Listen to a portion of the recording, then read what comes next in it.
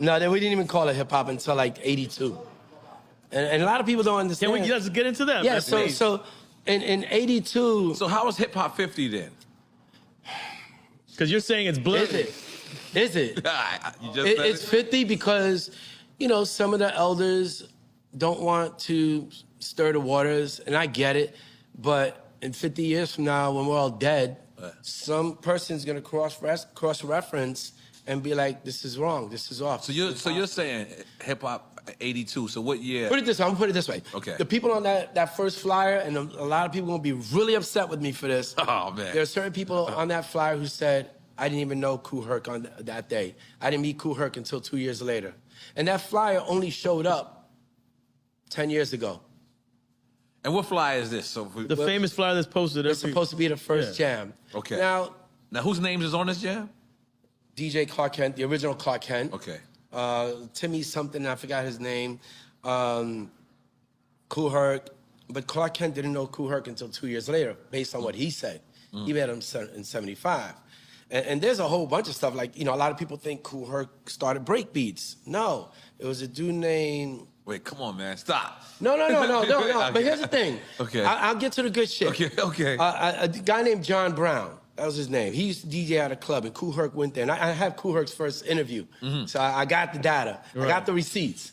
So in there, he says he saw this dude named John Brown spin at this club in the Bronx, and then he was inspired. Now, the thing is that, he inspired Herc, but Herc inspired the other people who really elevated and evolved everything into a different lane. Right. So I would never take anything away from Kool Herc's contribution, but I'm not going to embellish it. Right. And even without the embellishment, he's still cream of the crop when it comes to the music. So, because that's the one thing I feel like everyone in hip hop kind of agrees with, that Kool Herc is the father, not. But the he wasn't godfather. called the father of hip hop until Bambaataa told everyone to stop calling himself the father of hip hop.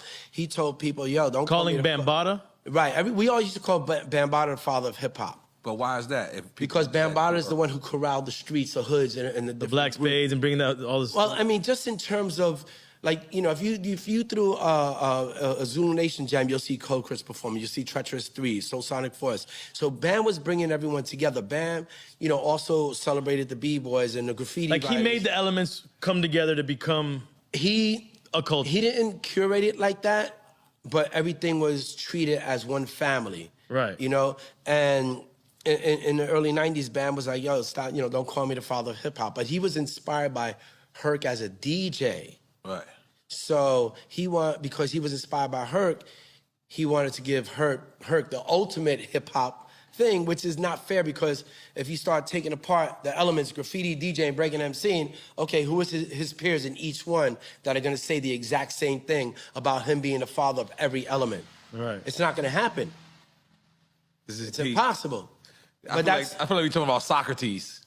Yeah, no. I mean, in a sense, we are. And the thing is that when you're looking at people like Grandmaster Caz, Melly Mel, and different writers like Lee Quinones, Futura 2000, Phase 2, those dudes are like the Kool Hercs of their own element of hip-hop. Right. So when you say Kool Herc is the father of hip-hop, that diminishes the role of every leader from every other element of hip-hop. But I've never really heard no one else say what you just said just now. Because they don't like to stir the waters, because I talk shit. Honestly, you saying they saying it, but they're not saying it. They know it. Okay. I went to a meeting, and I'm not gonna throw any names out because I love my brothers, man. But I went to a meeting where we were gonna address Kool. That's okay. But have another drink. But I'm still a leader. Right. So there was a meeting where someone was sent to as Kool Herc's representative, and the question got to the point where, okay, did Kool Herc create hip hop? And this is someone that's Kool Herc's peer. And he was like, "No." But am I gonna say that in public? No. And then he rightfully said, "Because your motherfuckers are the ones who started calling him the father." But we were told that by Bambaataa.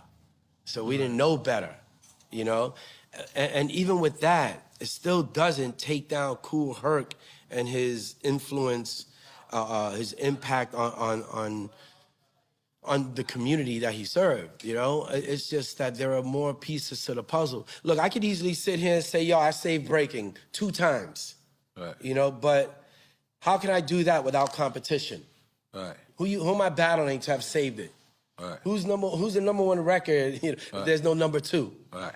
So I got to give credit to New York City Breakers and Dynamic Rockers and all the crews that I came up with, like from the Bronx Rockwell Association, the Bronx Boys, Star Child of Rock, all these crews that will never get the attention because they never moved forward after that point. Right. But I'm still going to recognize them. Let's get some clarity on what you're saying, because you're saying Herc for the music.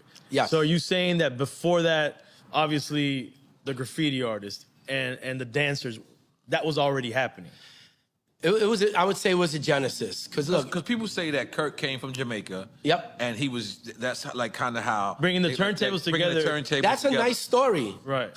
Oh my God! It's a no. If you're talking, Coño. Oh my God! Here's the thing. Ready. If you're talking sound systems and where he comes from and that coming from there, Right. yes. But was that already in New York? Which I've seen this argument a lot. So I'll give you the data. Right. There's a dude named Cool DJ D who was already in the parks. Cool DJ D was getting a new sound system. He sold his old sound system to Kool Herc. That's when Kool Herc came into the parks. The sound system that Kool Herc talks about that he got from his father was a house system.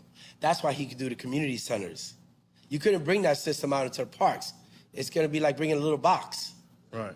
So Cool DJ D was that dude he was already in parks. Mario was in the parks. There was a lot of people who were in the parks. Some people doing disco, and it wasn't as, I would say, curated in terms of music the way Kool Herc did, because Kool Herc is the one who curated that hip hop sound, without a doubt. But not specific to the breaks, you're saying? Yes. Specific to the breaks. breaks. But the way the party was being done from Kool Herc's perspective on changed it. But his inspiration came from different people, and his sound system came from someone else as well. So that meant that he wasn't the first in the parks. Right. But even with that, he was still the first major influence on the larger body of people. And that is fucking amazing. Right. And I can have my differences with the timelines and the inconsistent stories, but I will never take away his flowers because he deserves those. They just don't need to be embellished. Right. Yeah. I didn't mean to bring you guys down. No. It's like I believe that's the first time I heard that. It's the first time for me as well. Like even if I did hear it, Except the part of the turntables. Because I feel like the same way that people have been trying to take away the Puerto Rican Latino side of it, they've also been trying to take away the Jamaican influence on it. Right. So I feel like there's that argument going on. But here's the thing. I wasn't there a couple of years before I started, so I don't know if Kool Herc was playing Jamaican music, but the only person I knew that was playing reggae was Bambaataa. He was playing Yellow Man. Oh, God, I can't even think of all the artists right now, but Bambaataa was the one who turned us on in hip-hop to what would be considered rock steady. Right. You know, that style of reggae. Right. Holy shit, man. I mean, the tapes are there. You can hear them, and that's the good thing is that these tapes exist. Thankfully, Tape Master, rest in peace, he just passed away, and that's another brother. We wouldn't have those musical references if Tape Master wasn't making those tapes back then. Did DJs do that sometimes? Yeah, but if there was a first industry, hip hop music industry, Tape Master was the dude. He was the first, I would say, mixtape king. Yeah, absolutely.